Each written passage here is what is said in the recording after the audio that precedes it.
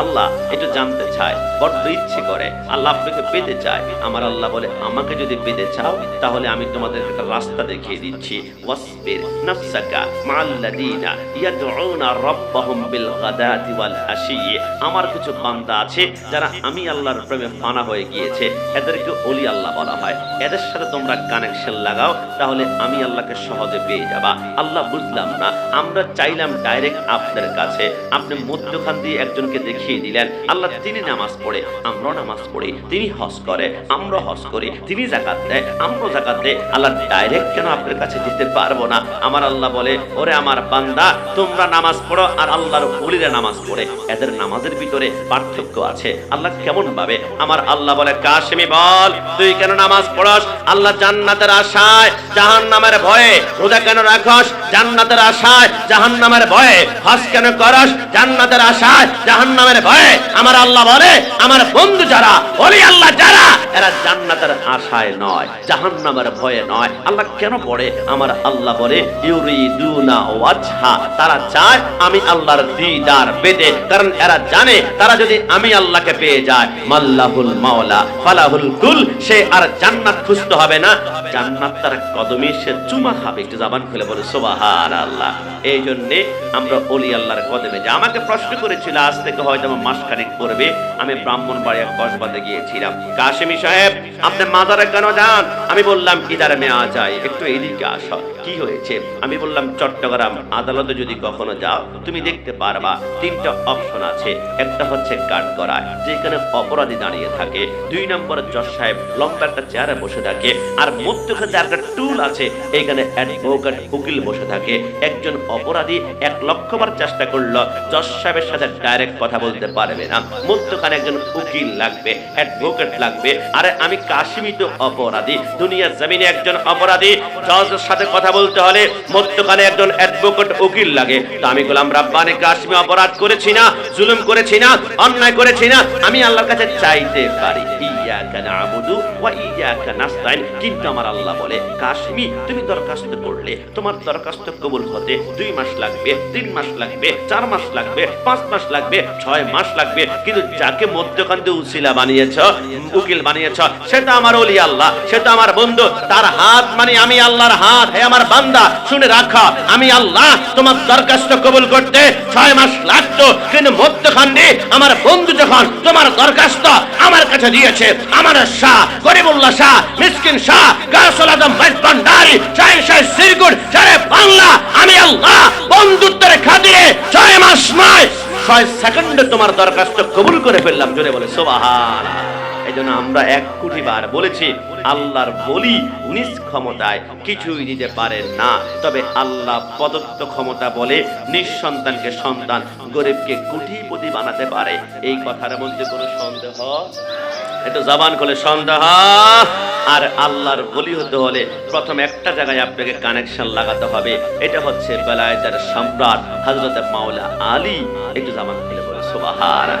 যুবকামান মুসল্লিয়ান کرام, আল্লাহর নবী সরকারে মদিনা সাল্লাল্লাহু আলাইহি ওয়াসাল্লামের কন্যা সন্তান হযরত মা ফাতেমা জাহরা রাদিয়াল্লাহু তাআলা আনহা বলে, প্রত্যেকদিন ইশার নামাজের পরে আমার স্বামী মাওলা আলী ঘরের ভিতরে নির্দিষ্ট টাইমের ভিতরে চলে আসে। কিন্তু আশ্চর্যের ব্যাপার, আজকে গভীর রজনী হয়ে গেল, এখনো পর্যন্ত আমার স্বামী ঘরের ভিতর আসে না। আমি টেনশনে পড়ে গেলাম। আমি আমার ডান কানটা দরজার সাথে লাগিয়ে ঘন্টার পর ঘন্টা দাঁড়িয়ে আছি, কখন যে আমার স্বামী আলী আসবে। রাত যখন মধ্যখান বরাবর চলে আসলো, হঠাৎ করে দরজার মধ্যে ঠক ঠক করে 2টা আওয়াজ হলো। আমি জিজ্ঞেস করলাম, মানান্তা, আপনি কে? বলে, আনা আলী, আমি হচ্ছি আলী। মা ফাতেমা কান্না করে বলে, স্বামী বুঝতে পারলাম না এত লেট কখনো করলেন না, আজকে এত লেট কেন হয়ে গেল? হযরত মাওলা আলী বলে, এতক্ষণ পর্যন্ত এমন একটা কদম ছিলাম যেটাকে বলা হয় মুহাম্মদুর রাসূলুল্লাহ।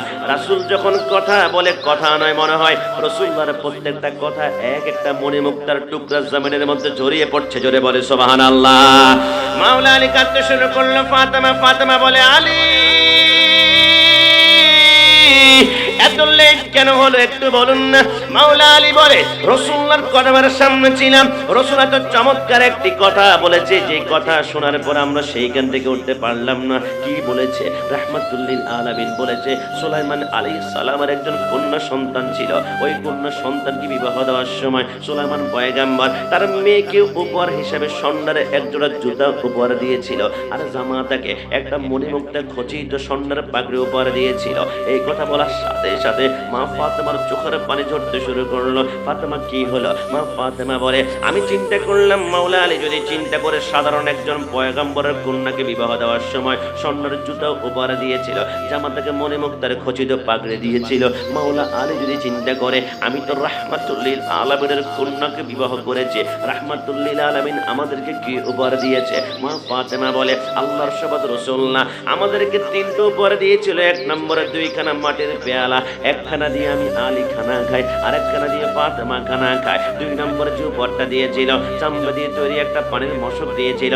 আর তিন নম্বরে একটা উপহার দিয়েছিল, এটা হচ্ছে নামাজের মুসল্লা। তোমরা মনে করবা হীরা মণিমুক্তা দিয়ে, আল্লাহর কসম ওই নামাজের মুসল্লাটা ছিল খেজুর গাছের পাতা দিয়ে তৈরি। একটু জবান খুলে বলে সুবহানাল্লাহ। আল্লাহর হাবিবের কন্যা ফাতেমা কেঁদে বলে নবী এত গরিব হালত কেন নবী? বুঝতে পারলাম না। আপনার লক্ষ্য দু জাহানের বাদশাহ, আপনি হচ্ছেন আখিরাতের বাদশাহ, দুনিয়ার বাদশাহ। বাদশাহ যখন তার কন্যাকে নামাজের মুসল্লা দিবে তখন মণিমুক্তা দিয়ে খচিত থাকবে। নবী বুঝতে পারলাম না আপনি কেমন দু জাহানের বাদশাহ। বাদশারা দেখি বিভিন্ন আইটেমের খাওয়া খায়, কিন্তু নবী আপনি 3 দিন পর্যন্ত খেতে না পেরে পেটের মধ্যে পাথর বাঁধেন, এমন বাদশাহ জিন্দেগিতে দেখেই নাই। নবী আমার বলে কেন আমি পেটের মধ্যে পাথর বাঁধলাম? নবী কেন? নবী আমার বলে আমি যখন মেরাজে গিয়েছিলাম জান্নাত জাহান্নাম ঘুরেছিলাম, আল্লাহর কসম আমি জান্নাতে ঘুরে ঘুরে তন্ন তন্ন করে দেখলাম জান্নাতের ধনীদের চাইতে গরিবদের সংখ্যাই বেশি। জবান খুলে বলি সুবহানাল্লাহ। পরের জায়গা পরের জমিন ঘর বানায় আমি রই, আমি তো সে ঘরের মালিক নই। পরের জায়গা পরের জমিন পরের জায়গা ঘর বানায় আমি রই, আমি তো সে ঘরের মালিক নয়, আমি তো সে ঘরের মালিক। ও সে ঘরে খানা যার জমিদারি,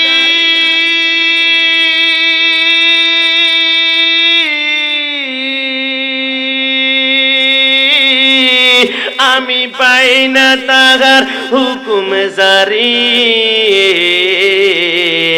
আমি পাই না জমি দারের দেখা, পাই না জমি দেখা, মনের দুঃখ কারে গয়ে, আমি তো সে ঘরের মালিক নয়, আমি তো সে ঘরের মালিক নয়। শেষবারের মতন পরের জায়গা